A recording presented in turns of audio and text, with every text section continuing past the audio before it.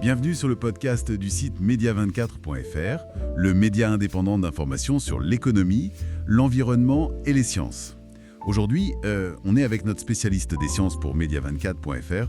On va se pencher sur une annonce qui fait pas mal de bruit dans le monde maritime. Oui, bonjour. Effectivement, Man Energy Solutions qui vient de dévoiler quelque chose d'assez spectaculaire. Exactement, le moteur 2 temps au méthanol le plus puissant jamais construit, une vraie prouesse technique, on peut dire. Absolument. Et quand on dit puissant, on parle de chiffres colossaux. 82 440 kW.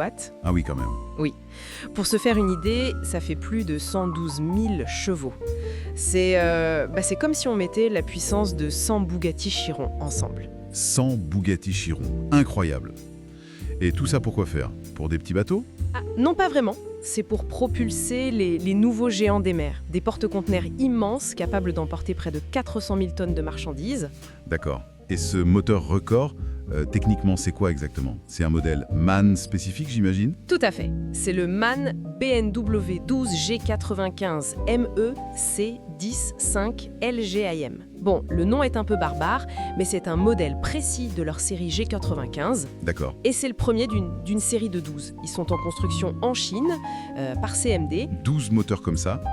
Et ils vont équiper quel navire? Alors, ils sont destinés à 12 très grands porte-conteneurs, des navires de 24 000 EVP, vous savez, Les containers standards, oui. Voilà, l'équivalent 20 pieds. Ces navires sont construits dans les chantiers NACS et DAX pour des grands noms du transport maritime, OOCL et COSCO Shipping Lines. Ah oui, donc plus simple à gérer à bord? Exactement. Beaucoup plus simple à stocker, à manipuler que l'hydrogène liquide ou l'ammoniac qui demandent des conditions très particulières, très contraignantes. Et niveau environnement? Alors, c'est là aussi que c'est intéressant. Sa combustion est beaucoup plus propre que celle du fioul lourd traditionnellement utilisé.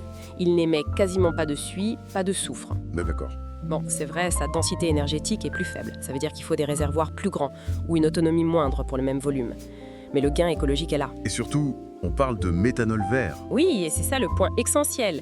Si ce méthanol est produit à partir de sources renouvelables, biomasse, capture de CO2, électricité verte, alors on parle de méthanol vert ou e-méthanol. Et là, la propulsion devient quasi neutre en carbone. Ce qui répond aux objectifs de l'OMI, l'Organisation Maritime Internationale. Tout à fait. C'est en plein dans la cible pour la décarbonation du secteur. En plus du carburant, il y a des technologies spécifiques sur ce moteur. J'ai lu quelque chose sur un système EGRTC. Ça veut dire quoi? Oui, EGRTC, ça signifie Exhaust Gas Recirculation Turbocharger Cutout.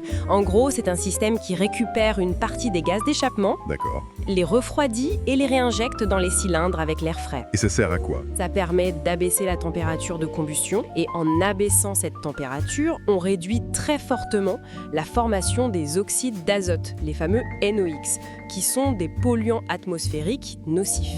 Et c'est un système standard. Sur ce moteur, c'est le plus grand système EGR double circuit jamais conçu pour un moteur 2 temps. Donc c'est vraiment optimisé pour l'efficacité et pour réduire les émissions au maximum. Donc une technologie pointue, mais est-ce que c'est fiable? Le méthanol à cette échelle, les armateurs y foncent? Alors c'est moins nouveau qu'on pourrait le penser. Le modèle de moteur lui-même, le MELG de MAN, il a déjà fait ses preuves. Ah bon? Oui, ça fait environ 10 ans qu'il est utilisé en mer, et notamment sur des navires qui transportent eux-mêmes du méthanol comme cargaison. Ces moteurs ont déjà tourné plus de 600 000 heures en utilisant du méthanol comme carburant. Ah oui, donc il y a déjà un bon retour d'expérience. Exactement, c'est une base technique solide, éprouvée. Et ça rassure évidemment les armateurs. Et on voit cette confiance dans les chiffres. Oui, clairement. MAN a enregistré plus de 230 commandes pour ses moteurs MELGIM, que ce soit pour des constructions neuves ou pour des rénovations de navires existants. C'est un signe fort que l'industrie adopte cette solution. Un autre point qui m'a interpellé, c'est la flexibilité. Ce moteur ne tourne pas qu'au méthanol, c'est ça? C'est exact. Et c'est un avantage très important aujourd'hui. C'est un moteur dit bicombustible. C'est-à-dire? Il est conçu pour brûler du méthanol comme carburant principal, mais il garde la capacité de fonctionner aussi avec du carburant marin conventionnel, du fuel par exemple. Il fonctionne sur le principe diesel, avec allumage par compression, dans les deux cas. Donc si un navire arrive dans un port où le méthanol n'est pas encore disponible, il n'est pas bloqué. Précisément. Il peut basculer sur le carburant conventionnel. Ça donne une flexibilité opérationnelle mondiale, ce qui est indispensable pendant cette phase de transition. L'infrastructure pour ravitailler en méthanol, surtout en méthanol vert, est encore en plein développement. C'est malin. C'est pragmatique, oui. Alors si on prend un peu de recul, Qu'est-ce que cette avancée signifie pour le transport maritime en général, pour sa fameuse décarbonation? Mais ça s'inscrit pile dans l'ambition affichée par MAN, Moving Big Things to Zero. L'idée, c'est de concilier le transport de marchandises en masse, qui est essentiel, avec la neutralité carbone. Et le méthanol serait la bonne voie? Disons que le méthanol apparaît aujourd'hui comme une solution de compromis assez réaliste et surtout pragmatique. Comparé au GNL, qui pose des questions de sécurité et de fuite de méthane, ou à l'ammoniac, qui est toxique et nécessite une infrastructure complètement nouvelle, le méthanol est plus simple à mettre en œuvre à court et moyen terme. Il permet une transition, disons, plus douce pour la logistique maritime. Une étape intermédiaire, en quelque sorte. Une étape significative, en tout cas, c'est une contribution réelle et immédiate à la réduction de l'empreinte carbone d'un secteur qui pèse lourd dans les émissions mondiales.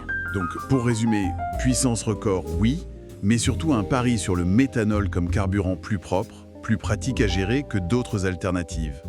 Le tout avec une technologie qui a déjà fait ses preuves et cette flexibilité bicombustible qui est indispensable pour le moment. C'est une avancée notable, non? Tout à fait. Ce moteur géant au méthanol, c'est un symbole fort. Ça montre que l'industrie maritime, même si, on n'est pas encore au cargo à voile ou solaire pour traverser les océans, eh bien elle bouge.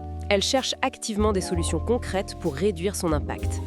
On voit émerger des technologies qui sont adaptées, plus respectueuses de l'environnement et surtout intégrables dans les opérations actuelles. C'est un pas concret vers la durabilité. Merci pour cet éclairage très intéressant et merci pour votre écoute.